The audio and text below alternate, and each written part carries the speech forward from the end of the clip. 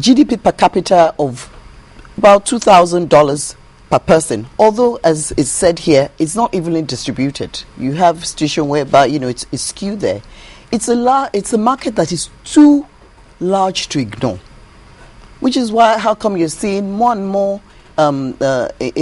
international brands coming into Nigeria. So it's a question of a trickle-down effect, which with time would happen.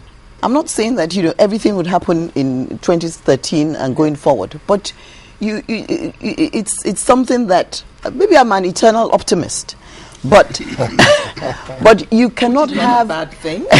You cannot have a size of 160 million people, which is probably about 40% of the population of the entire West Africa. I mean, I travel a lot within West Africa, and when you do that, when you see the sort of informal trade, because a lot of what we're talking about in terms of statistics is the formal the statistics. We haven't even got into the informal trade that happens between Nigeria and every country all the way to Senegal, which is not recorded. At the end of the day, they're Nigerians doing these businesses. Also, other countries like Central Africa. So it's the trickle down, and I think it will take time. That's my view. In speaking, both of you referred to the petrodollars. Most of our money is coming from our oil. But the Minister of Finance and Coordinating Minister is quoted as saying that most of the growth took place in the non-oil sectors of the economy. I'd like you to please explain that to us. Yes, I will explain that. When you talk in percentage terms, I mean, let's look at this. Let's look at the size of the GDP. Even though crude oil accounts for 95% of our foreign exchange earnings and 70% of government income, but in terms of the number as it adds up, agri accounts for 42% of our GDP, agriculture alone. And then when you talk about distributed trade and commerce, it's also fairly sizable. So in the last 3, 4, 5 years, the growth drivers had always been non-oil. But then, in terms of the amount, in terms of the naira inflow, of course, petroleum is still the major thing. But it's large, the base is large, but in terms of the incremental things we're getting now, we're getting them in the non-oil area, which is why Foluke said, look, this rebalancing of a sort, diversification will come, but of course we came this far. Over 40 years, it's not going to take 1 year or 2 for us to get there. So long as we keep our eye on the ball and we begin to look at the real sector, we begin to divert resources into opening up those areas, we remove the structural factors that impede growth. Over time, we're going to see a lot more. I mean, the economy will definitely be rebalanced. Perhaps maybe in the next decade or 2, as we begin to see growth more in those areas. Years. Yeah, so you're going to see a fairly balanced economy if we remain consistent in looking at those growth drivers, which is why I'm glad, personally, that the growth drivers are actually in the core areas where we have competitive advantage, as opposed to crude oil that will, I mean, we're told by scientists that within the next 40 years it will disappear. There's a lot of renewable energy, and the finds in the US and other places. So at the end of the day, the area of manufacturing, Mr. Boyo, I was watching the news yesterday and I heard the MD of Mr. Putu, talking about buying Nigerian, if more Nigerians bought things that are made in Nigeria. But I then asked myself, how many things are made in Nigeria that they want us to buy? What has happened to the manufacturing sector, and how can we bring it back to life to make its own contribution to this economy we're talking about? Well, I think the reality, of course, is that there's always been a divergence between what government says it wants to do and the reality. I mean, we are all used to this. Regrettably, the promises we have been having, and we're still being fed now, are the same promises we were fed 30 years ago.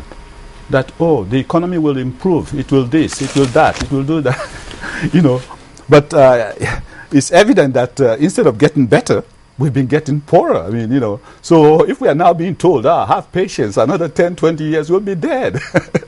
The reality, of course, is that the fundamentals are wrong. We have to be, I said earlier, and I said it with all seriousness, that these people have been getting away with murder for so long, in the sense that you cannot overtly, openly have mismanaged wealth in such a manner that you are better off when you own less money. It doesn't, there's no rationale, there's no reason for it, such that you have a framework where you are getting poorer and poorer as you earn more income. The manufacturing sector has been crying for decades that interest rates must come down. Don't tell me that interest rate is not the only thing that contributes to drive any economy. Go to those economies that you are trying to imitate and go and check how much the manufacturers there are getting funds for. Don't let's deceive ourselves. When we quote one statistics to support ourselves and bring statistics from other places, we must also consider the realities in those countries we're talking about. Those countries don't borrow. The manufacturers there don't borrow at 22% or 23%. In those countries, the central bank does not give money and push money into the banks and go back and borrow it the next day at 12%. I said these people have been getting away with murder. Okay, now I think to some extent I remember some government officials saying that we should not get too emotional about things. Let's be a bit dispassionate. And let's ask the CBN Deputy Governor, Mr. Lemo, what's your thought on the mopping up of liquidity within the economy as being presented? Because I know Mr. Henry Boyo is passionate about this. He's said it a number of times on channels and other platforms. What's your thought? What's the position of the CBN? Well, that has been his very popular cliche.